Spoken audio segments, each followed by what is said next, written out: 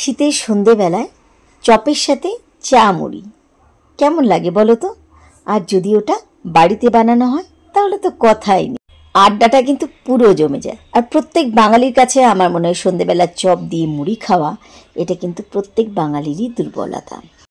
তাই আজকে আমি তোমাদের সাথে শেয়ার করব কিভাবে বাড়িতে সয়াবিনের চপ বানানো যায়, যেটা কিন্তু বাজারের কেনা ভেজিটেবল চপের থেকে টেস্টে কোনো অংশ কম হবে না। বানানো যতটা সহজ, খেতে কিন্তু ততটাই মজার। আর এতটাই সুন্দর হয় এই চপ যে একদিন তোমরা বাড়িতে খালি বানিয়ে দেখো, মনে হবে বারবার এই চপ বাড়িতে বানাই। আর শীতকাল তো, এখন তো মাঝে মাঝে বানানো যায়, তাই না? তো চলো দেখে নেওয়া যাক আমার আজকের রেসিপি সয়াবিনের চপ। কিভাবে কম সময়ের মধ্যে অল্প ইনগ্রিডিয়েন্টস দিয়ে এই টেস্টি চপ বাড়িতে বানানো যায়, আজকে আমি তোমাদের সাথে সেটাই শেয়ার করব। তো চলো শুরু করি আজকের রেসিপি। সয়াবিনের চপ বানানোর জন্য প্রথমে এখানে আমি নিচ্ছি 2 প্যাকেট সয়াবিন। আর আমি সয়াবিনগুলোকে 2 মিনিট ভালোভাবে ফুটিয়ে জল চেপে ঝরিয়ে রেখেছি। এবার নিয়ে নিচ্ছি একটা মিক্সারের জার, আর এর মধ্যে এবার এই যে সয়াবিনগুলো এগুলো দিয়ে দিচ্ছি। তোমরা চাইলে মিক্সারে এটা না করে হাত দিয়েও কিন্তু একটু চটকে এগুলোকে গুঁড়ো করতে পারো। সময়টা একটু বেশি লাগবে, কিছু না। আর একদম মিহি করতে হবে, দানা দানা করতে হবে এমন কিছু নেই, খালি এগুলোকে একটু ভেঙে নিতে হবে। তো আমি মিক্সার জারে নিচ্ছি, কারণ এটা সময় বাঁচবে আর আমাদের তাড়াতাড়ি কাজটা হয়ে যাবে। এর মধ্যে এবার নিয়ে নিচ্ছি 1 ইঞ্চির মতন আদার টুকরো, সাথে দিচ্ছি 10 থেকে 12 কোয়া রসুন। এবার সব কিছু ভালোভাবে গ্রাইন্ডারে আগে বেটে নিচ্ছি। আমি এখানে বেটে একদম ঝুড়ো করে নিয়েছি। তোমরা চাইলে হাত দিয়ে করতে পারো, আর আদা রসুন বাটাটা আলাদা করে বেটেও এর মধ্যে দিতে পারো। তো এখানে আমার গুঁড়ো করা হয়ে গেছে। এবার আমি গ্যাস ওভেনে বসিয়ে দিয়েছি একটা কড়াই, নিয়ে নিচ্ছি 1 চামচ সাদা তেল। তেল একটুখানি গরম হলে একদম সামান্য পরিমাণে 1 পিঞ্চের মতন দিয়ে দিলাম এখানে সাদা গোটা জিরে। তার সাথে আমি দিচ্ছি একটা মাঝারি সাইজের পেঁয়াজ কুচি। এবার পেঁয়াজ জাস্ট খালি 1 থেকে 1.5 মিনিটের মতন এখানে ভেজে নিচ্ছি। পেঁয়াজগুলো খুব একটা লাল করে এখন ভাজার দরকার নেই, পেঁয়াজটাকে আধা কাঁচা ভাজতে হবে, তাহলে কিন্তু এই চপে খেতে বেশি ভালো লাগবে।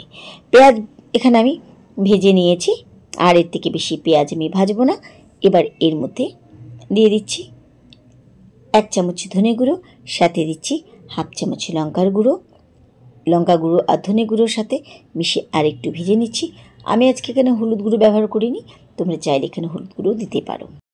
ধনে গুঁড়ো আর লঙ্কা গুঁড়োর সাথে পেঁয়াজ একটু ভেজে নিয়ে এবার দিয়ে দিচ্ছি স্বাদ মতন 1 চামচ নুন। এবার নুনের সাথে মিশিয়ে আরও একটু ভেজে নিচ্ছি। ব্যাস, এটা কিন্তু আমি আর খুব একটা ভাজবো না। এবার আমি এর মধ্যে দিয়ে দিলাম কাঁচা লঙ্কা কুচি। ঝালটা তোমরা চপে কে কতটা পছন্দ করো সে বুঝে এখানে লঙ্কা পরিমাণটা দিতে পারো।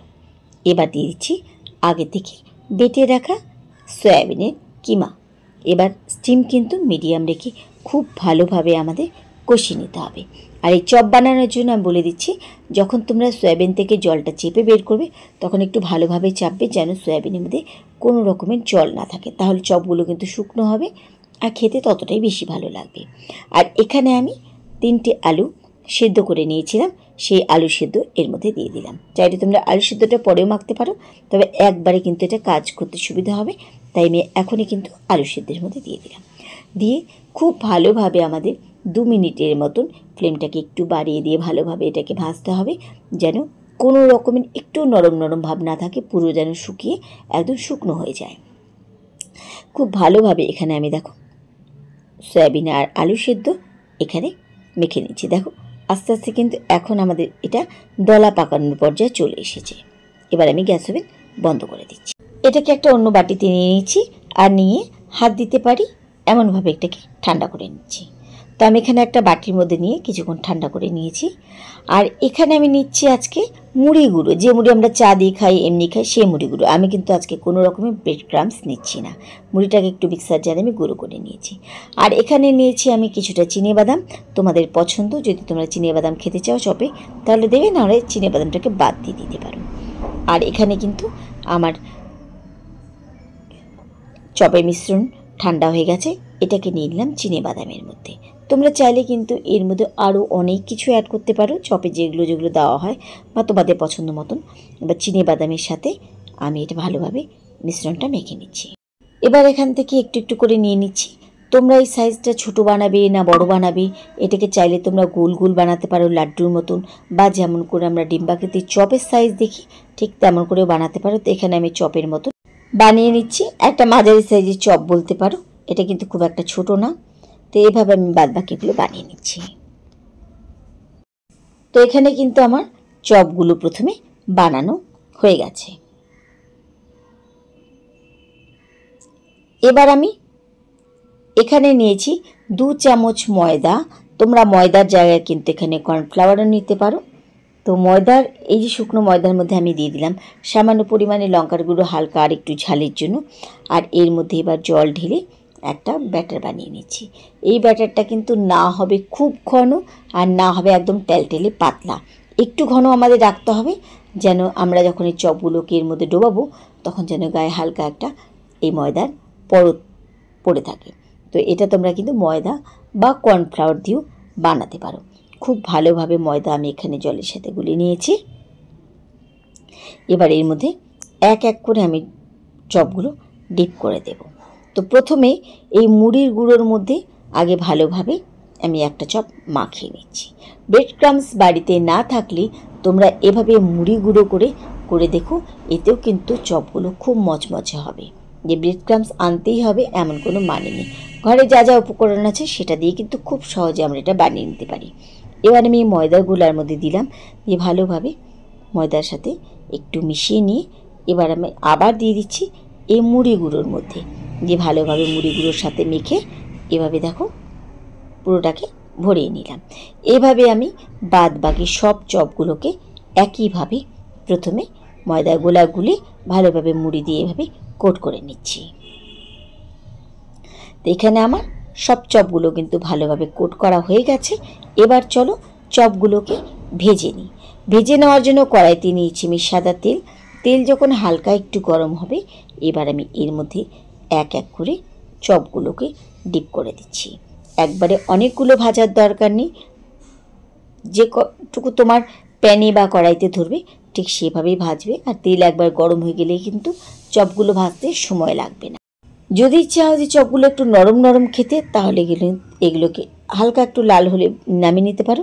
আর যদি চাও যে এর স্কিনটা একটু কড়কড়ে হোক তাহলে পরে কিন্তু লো টু মিডিয়ামে স্টিম রেখে একটু সময় ধরে ভাজবে, তাহলে দেখবে চপের বাইরের স্কিনটা কিন্তু খুব সুন্দর হয়েছে।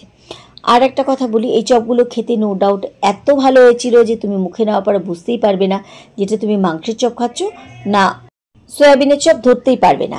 আমি কিন্তু আজকে কোনো গরম মশলার গুঁড়ো দিইনি। তোমরা কিন্তু সয়াবিনটা মাখার সময় একটুখানি গরম মশলার গুঁড়ো দিও, তাতে কিন্তু এর টেস্টটা আরও বেশি ভালো লাগবে। তো চপগুলোকে কিন্তু আমি এখানে ভেজে নিয়েছি। এবার আমি এই চপগুলোকে তেল থেকে তুলে নিচ্ছি, কারণ এর থেকে বেশি ভাজলে কিন্তু চপগুলো পুড়ে যাবে। খুব ভালোভাবে কিন্তু আমার সুন্দর হয়ে এখানে লাল হয়ে এসেছে, যেমন চপের রং হয়।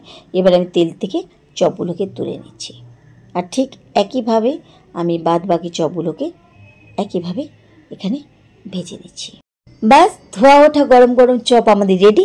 এবার সবাইকে ডেকে নাও আর জমিয়ে মারো আড্ডা। এই শীতের দিনে বাইরে না গিয়ে দেখলে তো কত কম খরচে কম সময়ের মধ্যে আমরা কিন্তু দারুণ স্বাদের একটা চপের রেসিপি তৈরি করে নিতে পারলাম। আশা করি আমার আজকের এই রেসিপি তোমাদের ভালো লেগেছে। রেসিপি ভালো লাগলে বরাবরের মতো লাইক শেয়ার করতে ভুলো না, আর অবশ্যই কিন্তু কমেন্ট করে জানাবে তোমাদের কাছে আমার আজকের রেসিপি কেমন লেগেছে। আর হ্যাঁ, অবশ্যই কিন্তু বাড়িতে একদিন এই রেসিপিটাকে ট্রাই করো। তাহলে আজকের মতো সবাইকে ধন্যবাদ জানিয়ে এখানেই বিদায় নিচ্ছি। ফিরে আসবো আবার অন্য কোনো রেসিপির সাথে অন্য কোনো দিন। সেই পর্যন্ত সবাই খুব ভালো থেকো, সুস্থ থেকো।